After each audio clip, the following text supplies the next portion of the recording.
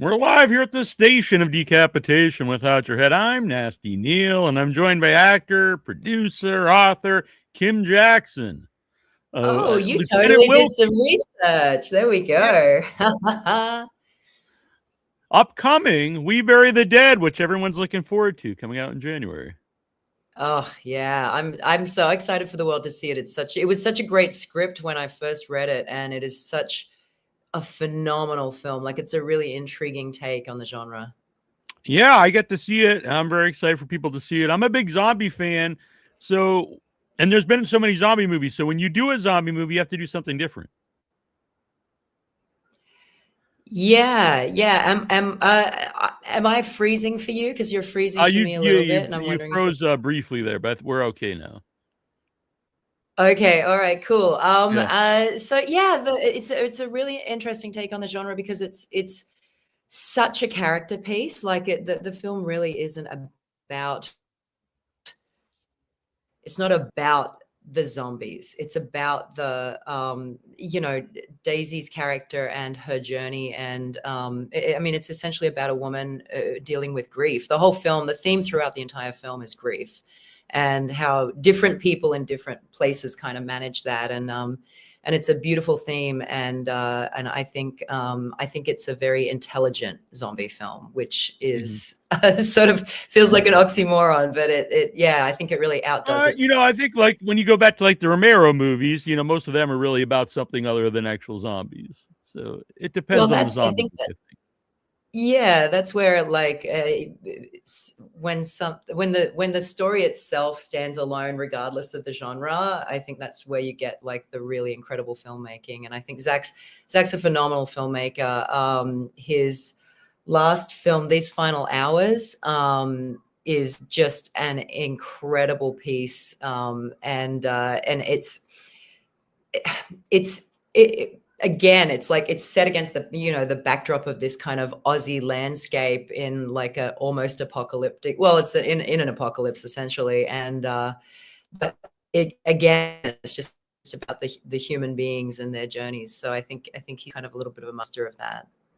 Yeah, and it starts at like the beginning of it. You know what I mean? Like it's starting at the beginning of the end of the world, and the zombies are becoming a thing, and I don't want to explain the whole movie to people, but it's really interesting, and like you said, there's cool zombie stuff in it, but it's much more to the movie than just zombies. Totally, absolutely. What did you think of the movie in general? Oh, I liked it a lot. It's definitely very creepy. Like the zombie stuff totally works. Daisy's awesome in the movie, and yeah, and there's some different stuff. There's some different stuff with the zombies. I don't want to give too much away, but maybe there's some which is hinted at it actually in the original trilogy of the Romero movies. Kind of like, are they completely dead, or is this like a tradition? Like, are people transitioning to something different? So I like all of that. Yeah, absolutely. The interesting thing about Daisy is, and I watched her do scenes. I was in my scenes with her, but they weren't particularly emotional on her side. But I watched her do scenes with my friend Salome, who was playing one of the other military officers. And Daisy was crying, she's crying in the scene, right?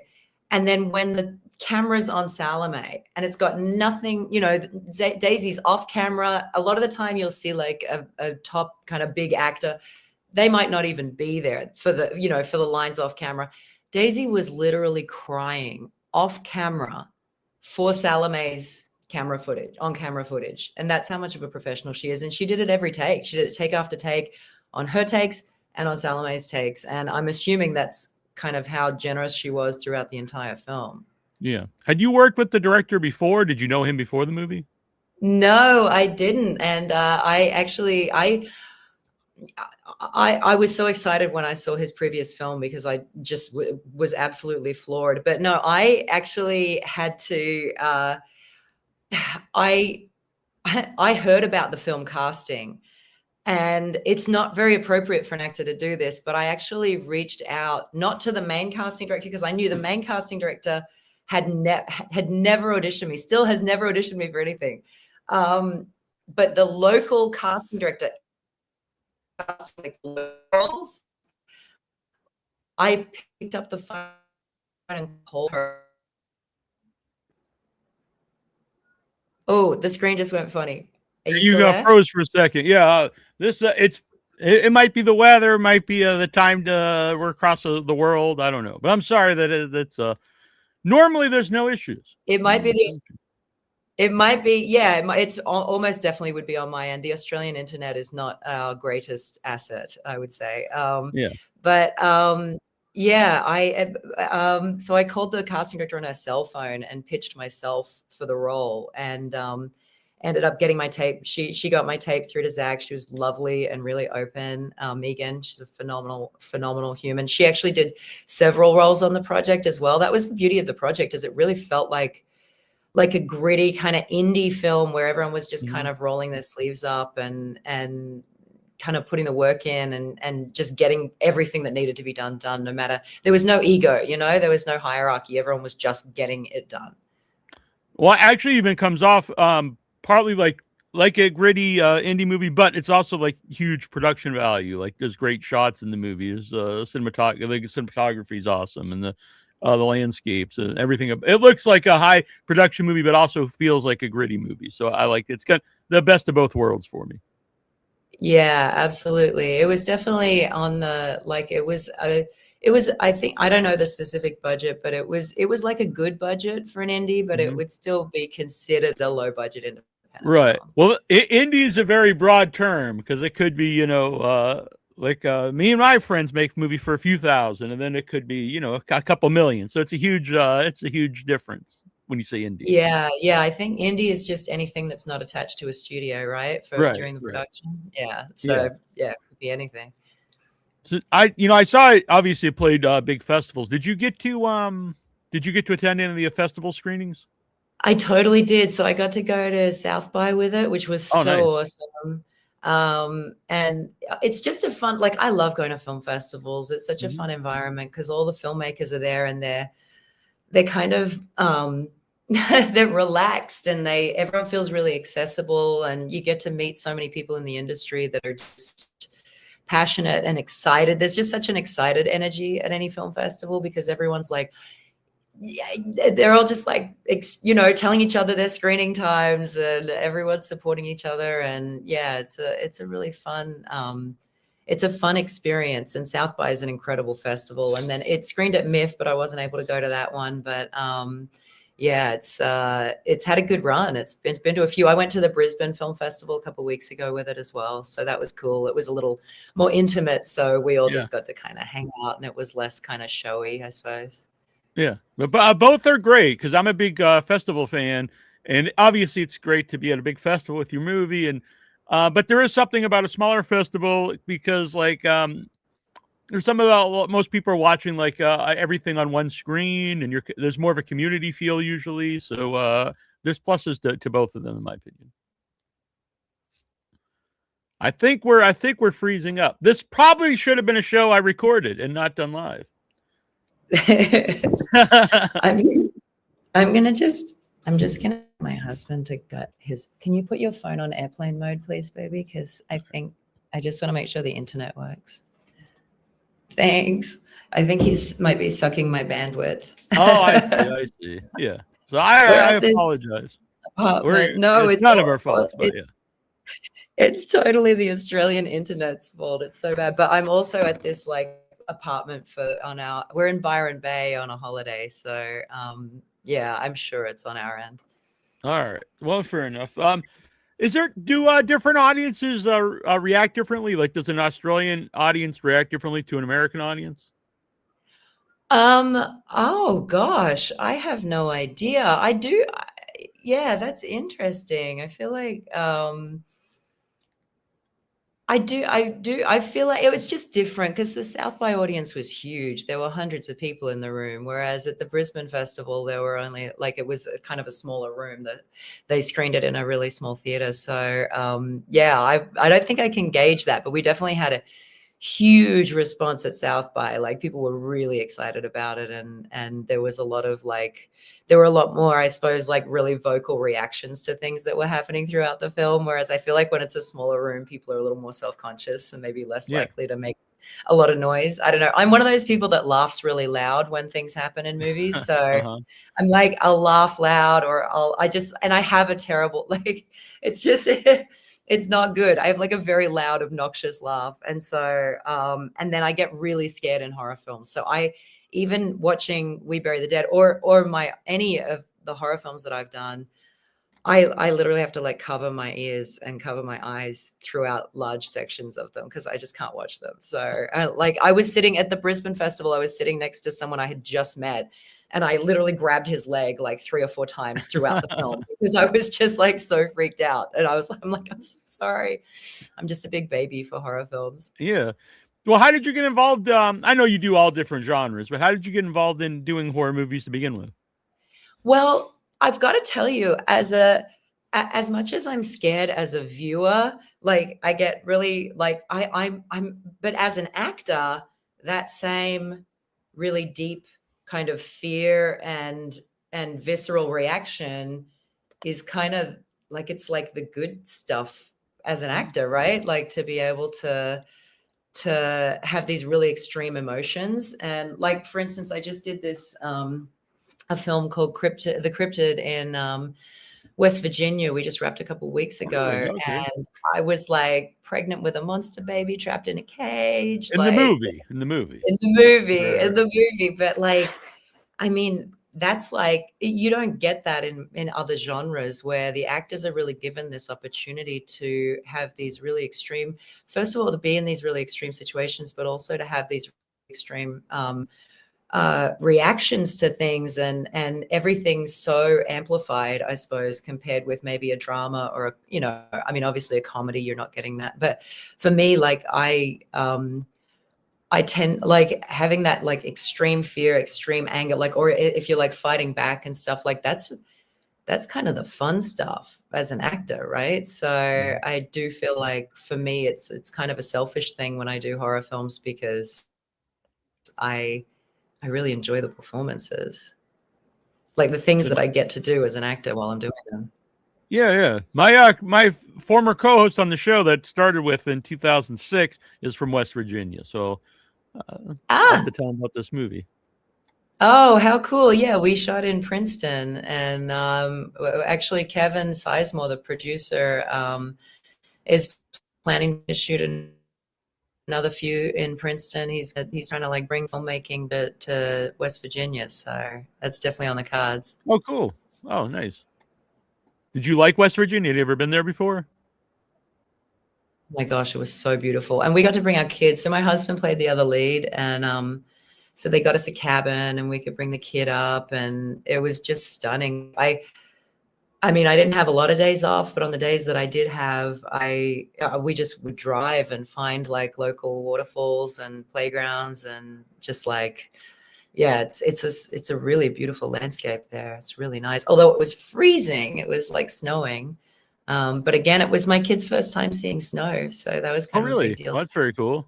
Yeah. Yeah, he's 4, so yeah. I think I was like 21 when I saw snow for the first time. So All right. Yeah, I grew up with snow here in Massachusetts, but so ah, here Ozploitation is a term. Is that used at all there? Is Ozploitation a thing? I know Oz, we Bury the Dead's not Ozploitation, but like Mad Max, and like there's a bunch of films from that era, Turkey Shoot. that's so cool. I did not know. So Ozploitation, like Australian Ozploitation. Yeah, yeah. exploitation. That's Australian ploitation movies. Yeah, like from like the 70s and 80s, I think. Yeah, no, I totally have not heard of that before. That's so fun. I Yeah, love I it. mean, it's kind of become popular. Like, I don't know why. It's like risen in popularity here. It's like they're like cult movies, and I've never asked anyone in Australia if it's like a term they even knew about. So I was kind of curious. No, I have not heard of it at all. But I guess yeah, there are. I mean, Australia is pretty well known for its independent horror films, right? So yeah, maybe that's a thing. I don't know. we could get our own category on the airline. Yeah, yeah, You know, exactly. Yeah, airline exactly. movies, Yeah, I like that. exploitation films. Qantas will add it as a section. Yeah. So you started acting at a young age. What like drew you to acting or performing? I think honestly, I feel like I'm not like a big drama person in real life. And so I think for me, getting to feel like the extremes of emotions gave me an opportunity to sort of explore that. I uh, I did a play when I was a teenager, and I remember it was called Matilda Women, and I was like this woman who was being hung for being a witch or something. And I can't remember the details, but I remember the whole audience kind of disappeared, and it was just me and the other characters. And I actually thought it was really happening. Like I couldn't. It was the weirdest thing. Like I couldn't see the rest of the room anymore. Like I just kind of became the character. It was like the freakiest thing. And I probably have only had that happen a few times in my whole career or whatever, but I guess that just kind of got me hooked. I think initially it was the idea of like, I think initially when I first, I used to say when I was a teenager, like, oh, I want to be an actor, I want to be an actor. But I think that was more like because it seemed fun, like, and exciting to be famous or whatever. And then Mhm. I think when that happened, I really kind of started taking it seriously, and I really kind of just it becomes an addiction. Like it's a weird thing with acting. It's like you try to stop, and you're really just in, like it's just there's something about it. It's such a catharsis, and I feel like as well almost every, I mean, some of them are just throwaways and whatever, but like Australian Housewife. But like, when you're really playing intense characters, you develop an empathy for that character and for what they're going through, and you end up seeing the world from their perspective. And then once you've played 60 or 70 different characters and really been those characters, you have this life view, like this view of the world that is so multifaceted because you've kind of absorbed the knowledge and the history and the memories of all of these different people. And so you end up with this real breadth of life experience. Because, for instance, like one of the methods of kind of getting into your characters is to you sort of do this the lady that taught it to me did it as a hypnosis, but I just kind of do it as a visualization. But you kind of imagine yourself as the character at like 4 years old, and then 7 years old and 10 years old, and like you end up getting a bunch of different memories that become quite real for you as the character. And yeah, I guess I have as many memories from some of my characters as I really have from myself. Like I don't have that many memories from high school myself. And so Right. yeah, you But just sort of it's weird. It's like it just becomes addictive after a while. that sounds really interesting because I would think, if you do that, because we're all shaped by like our memories and what happened in our life. So if you did that for your character, obviously you need to know your lines, but whatever position you're in as that character, though, it's like how they're supposed to act because you're being that character.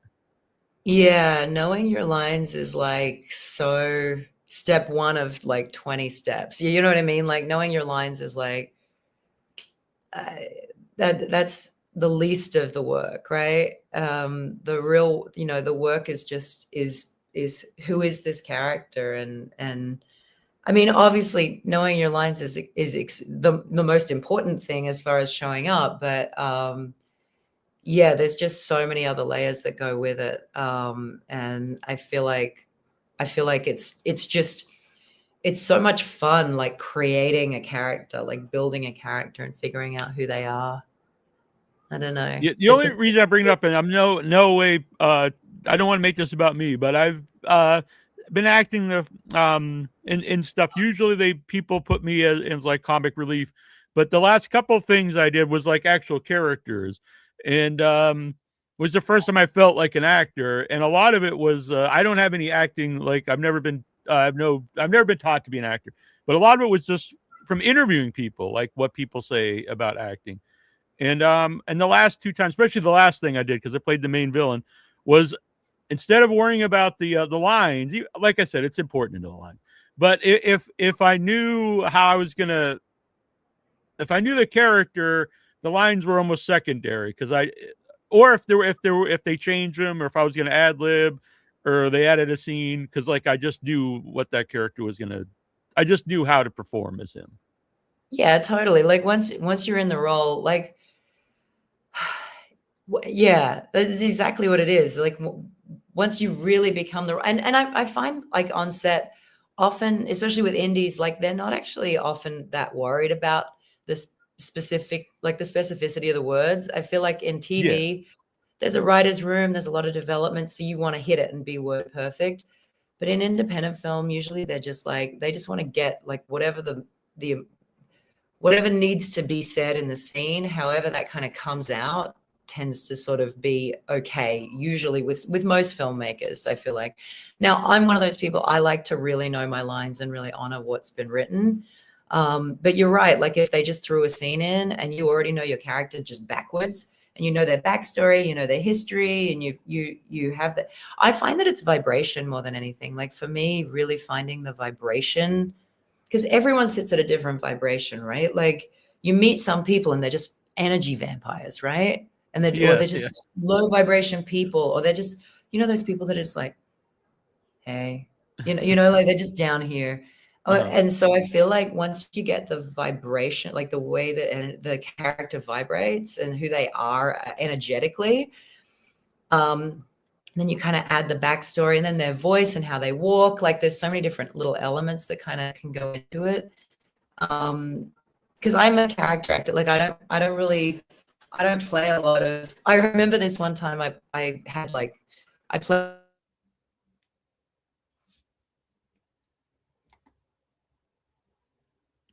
Oh, Kim's it's too bad. I was really interested in this. Kim is frozen here. Hopefully we will have her back. I like to talk about acting techniques here. And I'm gonna learn here. I'm gonna take mental notes. I could play something here. Hopefully Kim comes back.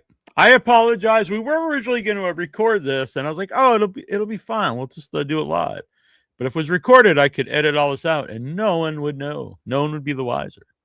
I still might edit it out after the live show. So I think I'm going to play a quick little video here and see if we can get Kim back. Unfortunately, she's having some. And if we can't, I think we will get Kim back on at some point. Let me play. I'm going to play actually. This is the trailer for We Bury the Dead. It's so There. scary. Oh my Yeah. gosh. When it was, I played it. When you got froze up there, and then when you came back, I was like, oh, she's gonna be scared at some. I was literally.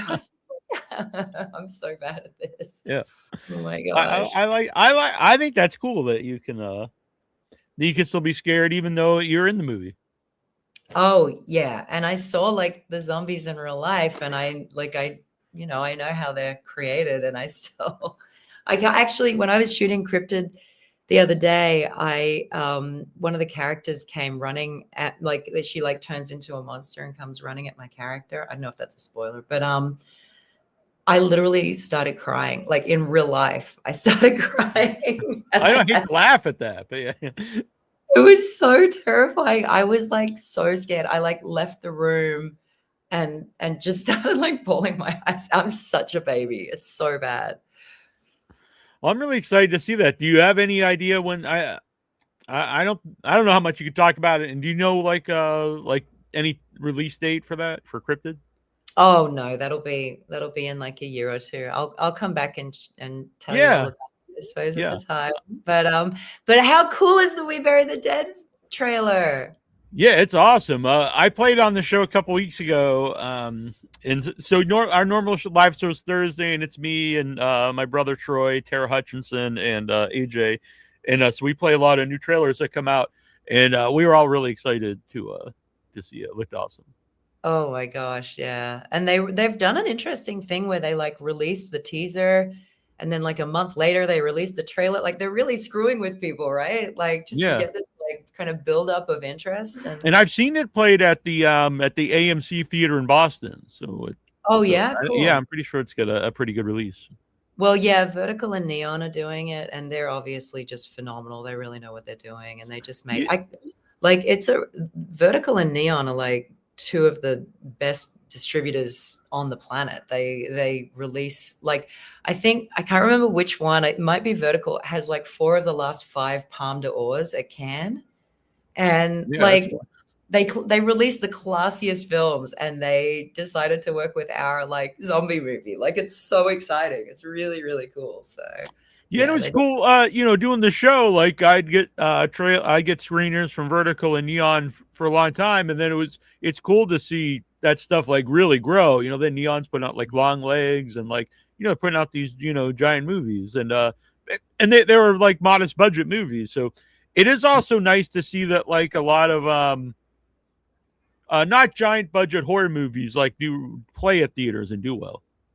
yeah, yeah. And that's I mean, that's what's great about the horror community, I think. And that's what everyone kind of on any horror set, everyone is so grateful for the horror community because it's always just a case of like we don't need to worry about having big names in the film. We don't need to worry about having like a ton of money. Like the horror community is just so supportive of the genre that they'll just take everything as it is, And so it's a beautiful thing because I feel like audiences in every other genre are really you kind of have to have your like gimmicky things to get them to watch. Whereas the horror community is just like, it's like they just band together like a football team and they're just like, we love it. We love what it is. Like we'll watch it for what it is. And they appreciate it for its art, the art of what it is, as opposed to it needing to have all of these shiny things attached to it. What is it about zombies that like they've been around for decades, and a lot of times they're not really just about the zombies. So maybe that's part of it. What do you think it is about zombies that like make for good movies, and people are there's always a new audience for zombie movies? I think there's something, and obviously it touches on it in We Bury the Dead. I think there's something about the fact that zombies used to be humans as well. Like it's like you think about like right now I'm recovering from the flu. Like zombies are like when you're really sick, you kind of feel like you You feel you like a zombie, but, it could go that way, right. right? And so I feel like there's something freaky about the fact that zombies are humans, like, and so I feel like there's almost a like, it could be someone's brother or it could be someone's sister or mom or whatever, and they're a zombie and they're attacking, and so I think there's that humanity in the zombie on some level as well, and the idea of like a couple of different movies kind of touch on the idea of finding a cure or reversing it or whatever. And Mhm. so that kind of heartbreaking element of like, we usually know like they're probably going to be too far gone, but the Right. people in the movie are usually like, oh, okay, maybe if I just do this or that, or maybe they're still in there. And so I feel like Mhm. that's seems to be a through line in a lot of the zombie stuff, but also just you know it's a known entity, right? Like when it's a monster, it's kind of you don't really know how fast they are or how strong they are or whatever. When it's a human being who's been infected by a virus, you know the parameters of their speed and their strength, right? So then you know Mhm. exactly what you know. You see a 6'3" muscular zombie in one of the zombie movies where they can go fast, you're in trouble, right? Yeah, yeah, Like it's bad time. I at least once, like, okay, so Shaun of the Dead is one of my favorite movies in the history of the world. At least that you're not that scared of the zombies. Like it is comical and you feel Yeah. like, okay, cool, I could survive. in any of the zombie movies where they're moving quickly, like there's just no chance. Like it's all over. Yeah, that's always a debate too. Some people are very anti fast zombies. They want the shambling zombies. I think it Well, all the depends on the rigor mortis, movie for me, but yeah. the legitimacy of the rigor mortis. If they're supposed to be the undead or the dead, then they Right. should be As stiffening opposed to up. infected. Yeah. Yeah, I don't know. I guess it That's just also a debate. Is certain movies, are they zombie movies or are they infected? It's always yeah. a horror people like to debate these things. Yeah, no, it's a fair question. I think, well, I suppose as long as the film defines it, then you live within the reality of the movie, right? Right. Yeah. So And by the way, I think so that's on the filmmaker to be yeah. specific. And when you were talking about the different ages, like of when you're doing a character, did you do that for your character in this? Did you come up with like a backstory and like I did a life for actually, her? and you don't see any of this in the film, but I spoke with the director about whether he's okay with it, and but I kind of just I wanted my character to be I wanted her to be a lesbian. I wanted her to have a wife who was pregnant and who had passed away in on the island, and Mhm. so she was kind of acutely invested in the situation. And I felt like she had, and I built this whole backstory of like her and the wife and what that meant. Like and that the wife had always wanted to have kids and she never did, and then she finally kind of conceded, and then just when that happened, and the wife, like I remember thinking, was my character's super masculine, right? And I Mhm. remember thinking that the wife was just this like feminine, girly, like floral dress kind of girl. And yeah, that was sort of what I came up with just for myself. So then when basically she was everything soft in me. So then I, like, once she dies, that's all gone. And so for my character, she just doesn't give an F. Like she's just and now she's just hard. She's just gone cold. Like, and there's nothing left. So that's kind of, and she really hates, because the setup is obviously the US does some kind of experiment off the coast of Tasmania. Mhm. Like, and then Daisy comes in and she's an American, and so I just like I'm directing all of that hatred towards her. So I've kind of got no time for her. So Mhm. yeah, that I didn't do the I don't remember doing the like Like the going years. Yeah. childhood. No, it's funny. I do that. Some characters I do like some characters I'll do that. Some characters I'll do animal work where I like figure out what animal they are, and then they have like there's like an under Interesting. tone of that animal. There's this cool thing you do in animal work where first you're like 100% that animal, and then you're like 80% that animal, and then you're like 50% that animal and 50% the character, and then you're like 20% the animal, and then you like figure out how much of the animal is going to sort of stay with the character, and that's how you end up with characters with a varied physicality, compared with what you typically how you typically move, I suppose. Mhm. So I'll do animal work a lot of the time when I'm really sort of stuck on something. But yeah, I didn't. And then there's some characters where you just get them and you're like, oh yeah, she's just me. Like I don't need to do anything. Right.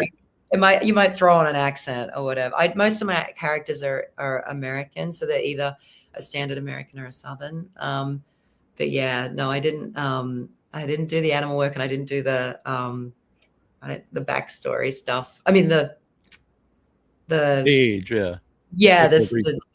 the childhood stuff, but I definitely had a pretty solid backstory for why she was so freaking angry. Yeah, no, I find that really interesting, and I think even if if you're as the audience member, like even if you don't know all that, it just adds layers to the character, and you could tell like it's an actual, it comes off more like an actual person. Well, yeah, because otherwise it's like, why is she behaving like that? And then you end up pushing, right? Mhm. Anytime you start pushing, it's because you've missed something in your backstory, because if your backstory is complete, you won't need to push. Like I played, in this movie from years ago, Knife Point, I remember playing this woman it's a cool horror film if you ever, Well, check or this is it, out right there. it'd be horror. It's more like, so basically me and this gang that I'm in, we kind of invade this townhouse where these like rich people live, and we rob them, and we're doing all these kinds of horrible things to them. And I'm thinking, well, how could anyone do this and really believe that it's okay? And so, gosh, I came up with the craziest backstory for this character. And by the time I'd really gone through, and I did the age meditation thing on that one, by the time I really had that character, I hated those people in the townhouse. I was like excited to be doing all the horrible things we were doing to them. And it's just, once you do all the work, the acting's easy. Like, it's really easy because you're just there, you're just in it. Mm-hmm. So, what kind of movies do you watch?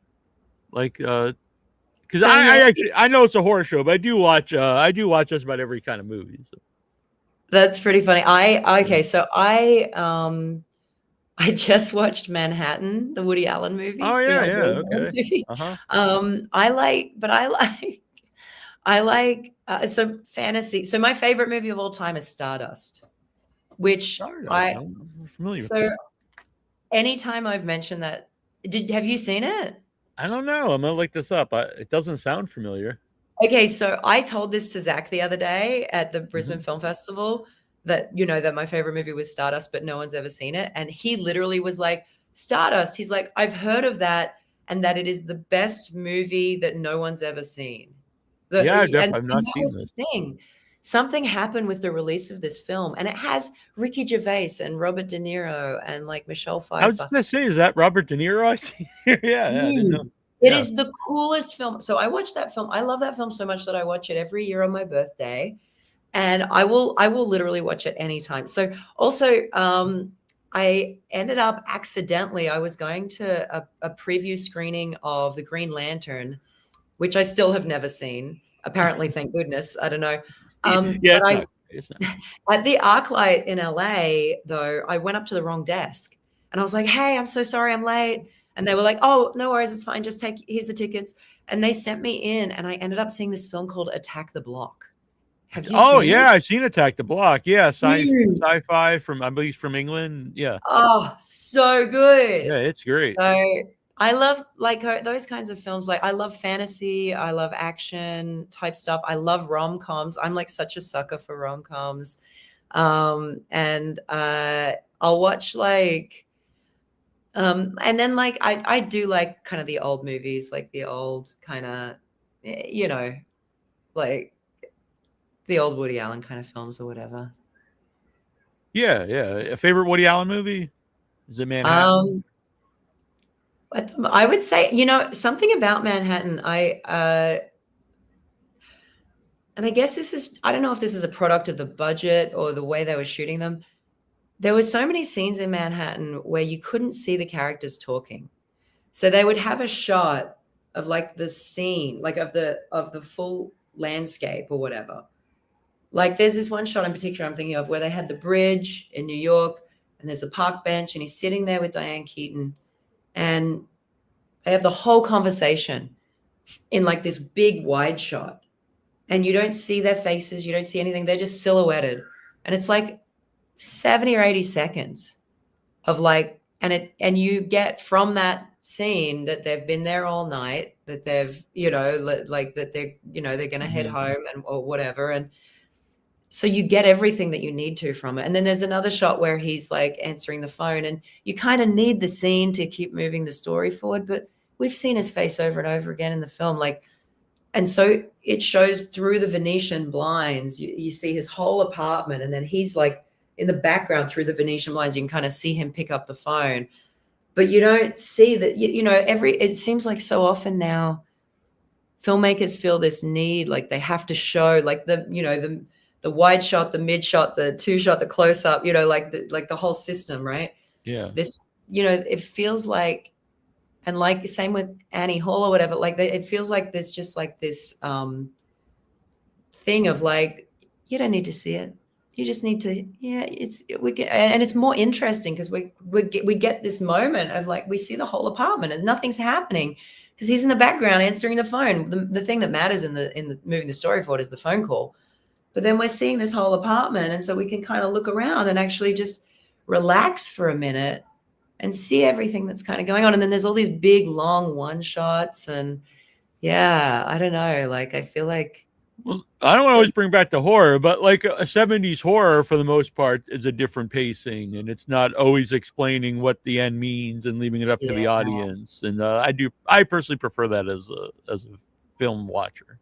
that's awesome. The Hitchcock kind of vibes. Yeah, yeah, Rosemary's. I don't know, lots of things. And I do think, especially because I during the pandemic, I started listening to audiobooks. So then I like flew through all Stephen King novels I never read and stuff.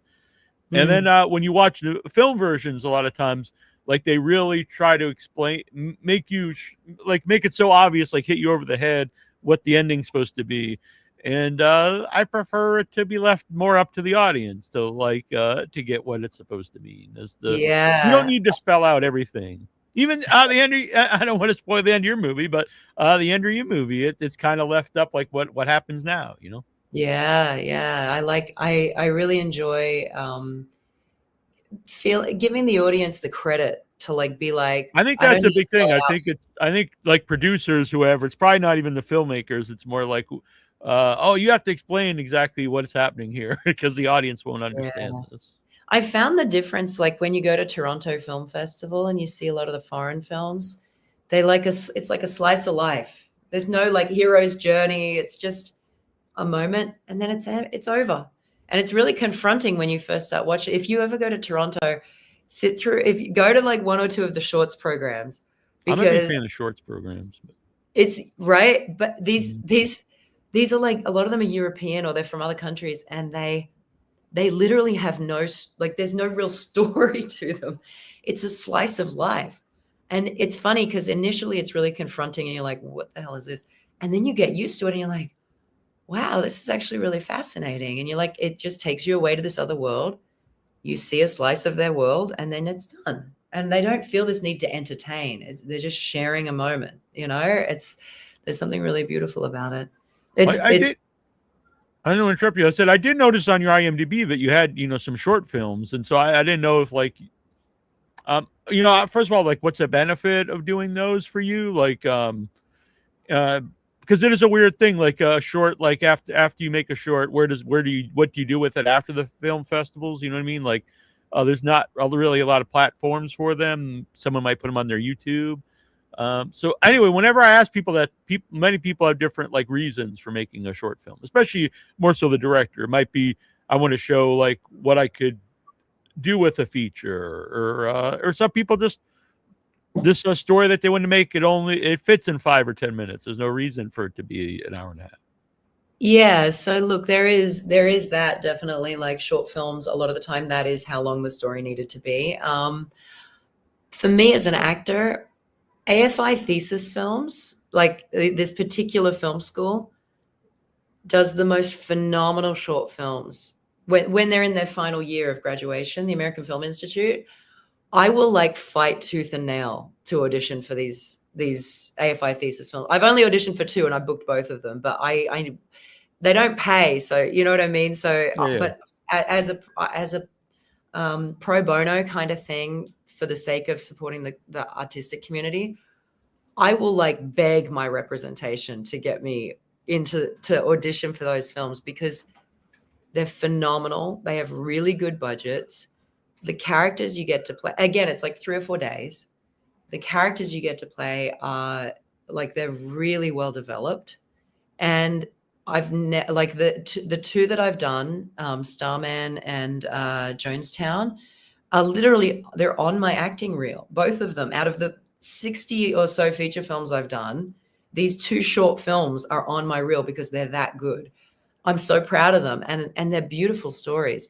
Now, most of the time when I do a short film, it's a favor for a friend. I don't Mhm. I don't proactively audition for short films. Usually it's someone calling me and saying, "Hey, can you come and help me out with this?" Yeah.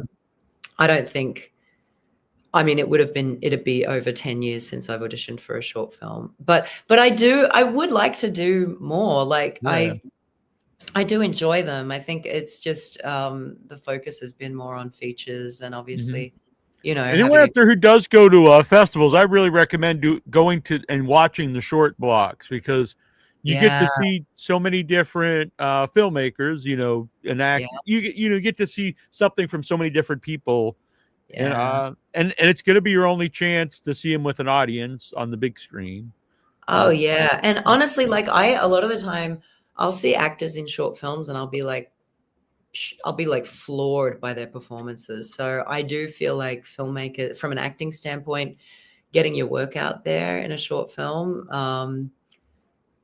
I actually just did one again, it was a friend, who asked me to come and be a part of it, but it was actually pretty well paid, and man, it's been winning awards everywhere, like, oh, cool! I've had, like, Congratulations! they keep tagging me in things on Instagram of like, we've just won this festival, we've just won that award. And so, yeah, it's Melodies of the Abyss, and it's about the last, like how Kurt Cobain. It's a Oh, really? hypothetical on how Hmm. Kurt Cobain actually died. Oh, Yeah. well, I graduated in '94, so that's a very big part of my teen years is that era of music. So that's very interesting. Oh, cool. Yeah. Yeah. That's interesting. Huh. Yeah, I'll try to. It's hard to say I would watch it because who knows where it'll be, but I'll try to find it. Yeah. Well, I mean, another element of it is it's fun being on set. So, Mhm. like, as an actor, you know, sometimes you'll be working a lot, and then sometimes there's these big kind of gaps where for a few months you won't be doing anything. And it's so great. Like when you're on set, just the vibe of just like hanging out with all these really cool people. You get these like film families, and you end up really close with the people that you work with. It's kind of like, going on a holiday, with a bunch of people for, I guess on a short film it'd be 4 or 5 days, and on a feature it'd be, weeks and weeks, but or months and months depending on the budget. But yeah, Yeah, or if it's it's very low, it might be 5 days for a feature too. oh gosh, oh gosh, coverage. Where's the time for coverage? Oh wow, geez. Have you shot a feature film in 5 days? Um, well, cheap plug here. The Once and Future Smash on Blu-ray is but we did it. It was actually longer than 5 days, but a Hold big. it up closer. Hold it to the camera closer so we can So see it. this is the double disc. It's got two movies on here: The Once and Future Smash and End Zone 2, my first feature films. Holy moly. The You'll laugh and then you'll scream. That's so funny. So they're a horror comedy. It's a mockumentary. Um, the majority of the movie we shot in, not really a majority, a big part of the movie we shot in 3 days because we shot it at a horror movie convention because we used that as the backdrop of the movie, and so we couldn't make them like do it longer because it was 3 days. And then the plan was we were going to go to some other conventions, but 2 weeks later was when everything got shut down for COVID. So we had to Oh, work around some and do things a little differently. But yeah, it's longer than 3 days. But we did the other one though, End Zone 2 we shot in I think 7 days. Uh, yeah, but it's only an hour. It's hard to explain. I feel well anyway. So here's the real quick. The Once and Future Smash is a mockumentary about two older actors who both take credit for a 1970 horror film. They both say they played the main slasher in the movie, which is inspired by many people I've interviewed on the show who argue about these things. And then oh, that's End fun. Zone 2, we were originally just going to film like clips to use in the mockumentary, but instead we filmed the movie. So we made the 1970 slasher film, but it's only an hour long. Uh, and kind of like we were saying though, we rented a cabin in the woods in Lake Arrowhead in LA, Oh, and we all cool. stayed there. We all cooked, and it was a really a big bonding experience. All of us stayed in the same place. It was a good time. Only there's like 8 of us, the cast, and a very small crew, and made the Wow. movie. It was, Oh, that's so and yeah, cool. we all know we still know each other. Some of them are good friends of mine. So it was a great experience. That's amazing. You know, a good trick that I've learned that I forgot to do on the last couple films, but you start a WhatsApp group for the cast and Oh crew, yeah. and then everyone can kind of stay in touch as it True. comes out. You know, the last one we did, I forget the name of it. I have it on my phone somewhere. It's like a thing where everyone can share the same pictures, and it was Oh really yeah, cool. yeah, they did that on Cryptid. What's it called? It's I like wish I did this on everything I was involved in because is yeah, it Photo Circle? yeah, and it's like there's like Yeah, thousands of photos in there because then everyone. It yeah, also like it encourages other people to start sending in photos. So it's totally. yeah, I really like that a lot. And then Yeah, what if you're not making, I think it'd be good for anything. Like if all of you or whatever, if you have a group of friends to do whatever, get photo circle and it's a good way to share photos without throwing them on social media. And then you can pick out the best ones and put them on social media. yeah, no, it's good, and it includes the Android people because the if you do it on the iPhone photo sharing thing, the Android folks get Oh, left. see, I'm an Android guy. Yeah, we don't want to So leave you out. I appreciate Yeah. that. I'm an Apple girl all the way. Yeah, my brother's iPhone guy. So yeah, so I don't know. I don't know anything about it. I've never had an Apple product at all. Maybe if I did, I would just be like, screw Android. I'm Apple all the way now. I don't know. It's an addiction. Like you really, once you're in, and then it's like I can check my desktop on my laptop through my phone wherever I am. I can get any file out of my computer because it's all just connected. I didn't even have a phone until 2011. What? That's I had a amazing. home phone, but I didn't have a smartphone. And I was meeting a friend in Boston for the first time, and she just like, "You don't have a phone?" I'm like, "No, I don't need that." And she's like, "You have to have a phone." And so I was like, ah, whatever, I'll get one. And now it's like, yeah, if I don't have it in my pocket, I'm like, where is it? Like, where's my phone? What did you But do without a phone? How did you I just I wonder this now because I'm like, man, it must have been so boring traveling anywhere. How did I get around anywhere? You know, if you're in a new city, it's like you just flip it up like, oh, there must be a restaurant around here and find somewhere to eat. Yeah, man, I can't believe that. That's incredible. That's really impressive. A true kid of the 90s. But now it's the opposite. Now it's like it's sewn into my pocket. I can't go anywhere without it. Yeah, of course. So Wow. we bury the dead. No cell phones. We're I think they had I can't remember if they had cell phones on there. oh, like on set? Yeah, I don't know. Yeah, I wouldn't know, but it is because sometimes cell phones kind of like I don't like to watch people on cell phones in movies. Like I don't know, but sometimes people like embrace it in newer movies and they can make it work. But Oh, yeah, well, we weren't allowed to take any photos really on set. right. But I'm just saying I don't remember if they had cell phones in the movie. Like I don't Yeah, I remember if can't. I can't either. Honestly, that's like, I assume eventually they won't be able to, but I can't remember. I don't remember. No scenes like stick out to me where they were on the cell phone. yeah, no, Maybe I some of don't the flashback stuff before like things happen. yeah. Yeah, I don't remember any cell phones anywhere in the film. So that's kind of cool. That's Yeah, good. yeah. An anti-technology film. There's something, but that also is like the theme of the film obviously is grief, but there's also an element of isolation. You know, with each of the characters, they're quite isolated, but also Hmm. they're isolated on this island, and so on Tasmania, and so in Tasmania, but it's a massive island. It's 500,000 people there. Of course, in the film, they're all dead, but um, there's this idea of isolation. So I feel like a cell phone is the thing that kind of connects us to everyone. So to not have cell phones kind of pushes on Hmm. that isolation theme a lot, which Yeah, is yeah. kind of a cool thing. Yeah, because you're separated not even just from other people, but like from other countries. You don't know Yeah, what's really going on everywhere else. Is it isolated here? Is it everywhere? yeah, yeah, And absolutely. there's also I also really liked about the movie is how they deal with like who comes back because it's not necessarily like everyone comes back. And I was like, that's it. I don't think I've really seen that in anything before. Yeah, and Usually it's in a zombie movie, it's just everyone who's dead comes back. Yeah, and it's an interesting thing of like all the theories that the characters have on why different people come back, Mhm. and also how different it is the way each of them come back. It's kind of it's not consistent a lot. Some of them come back in certain ways, and some of them come back in different ways. I feel like it's really varied and unpredictable, which is kind of cool as well.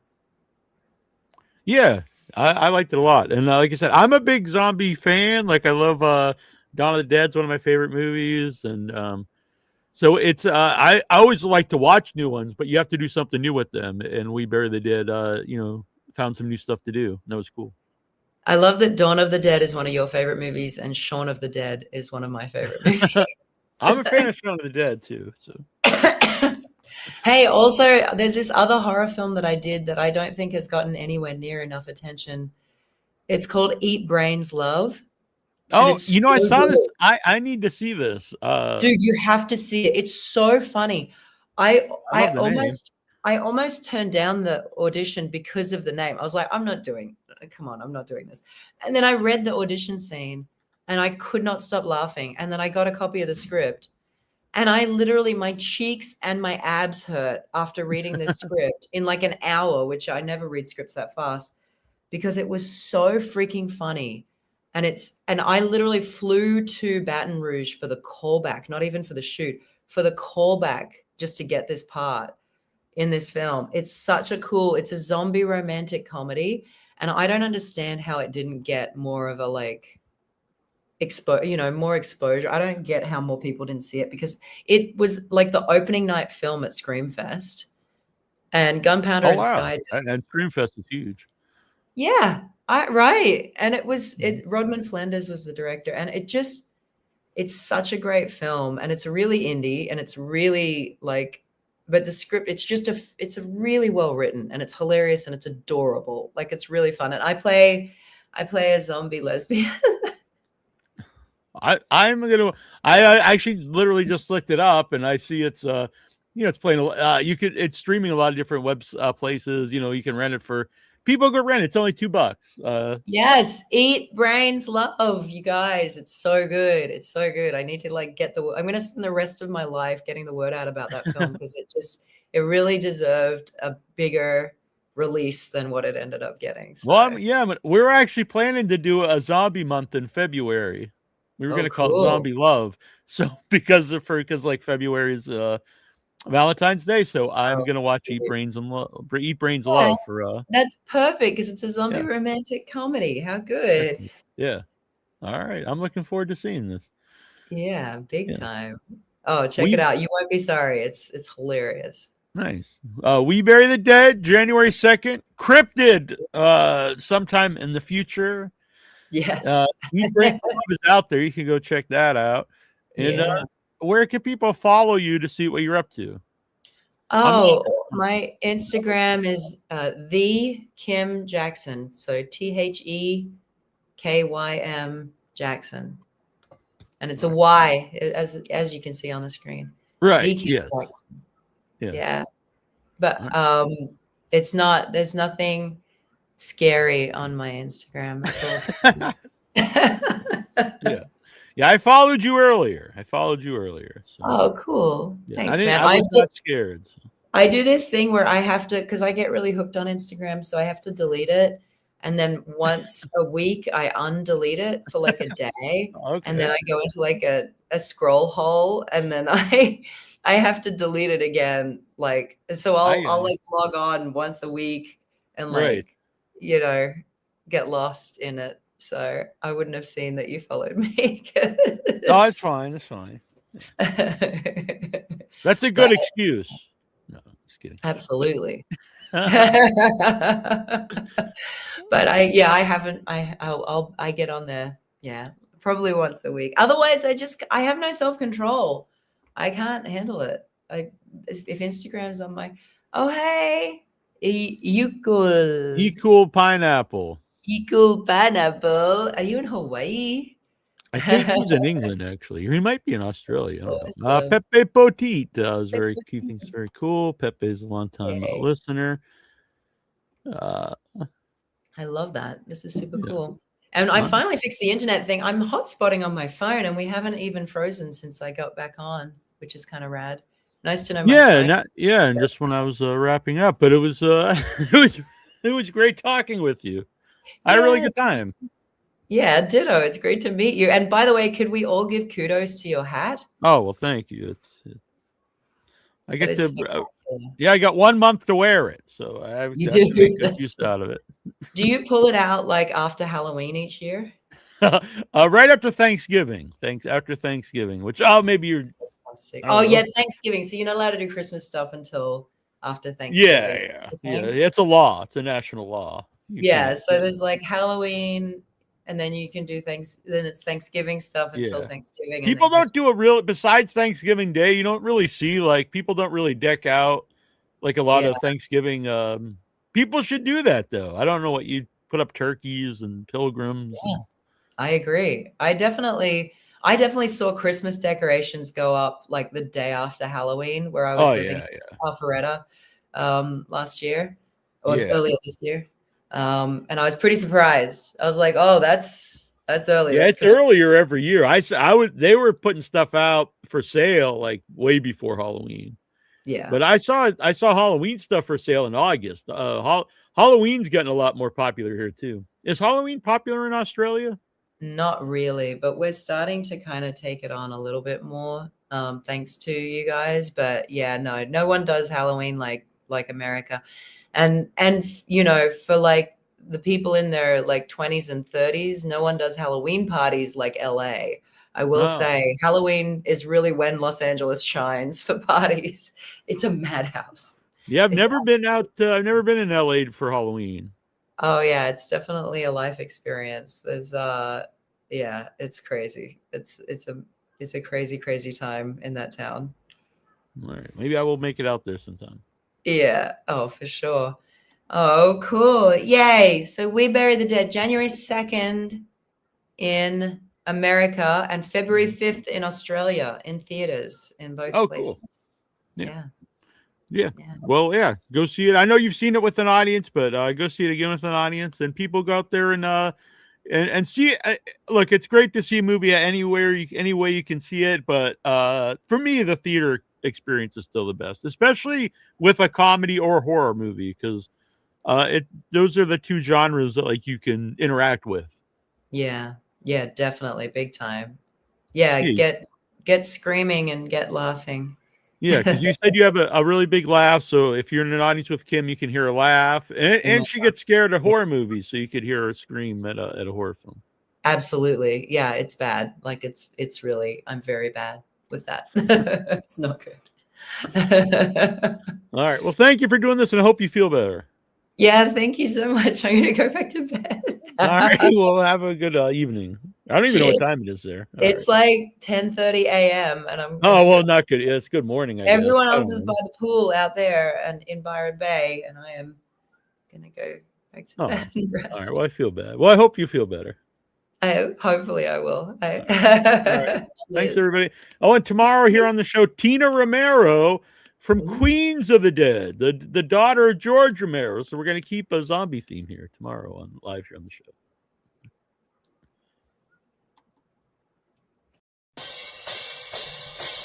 Hi, this is Adrienne Barbeau.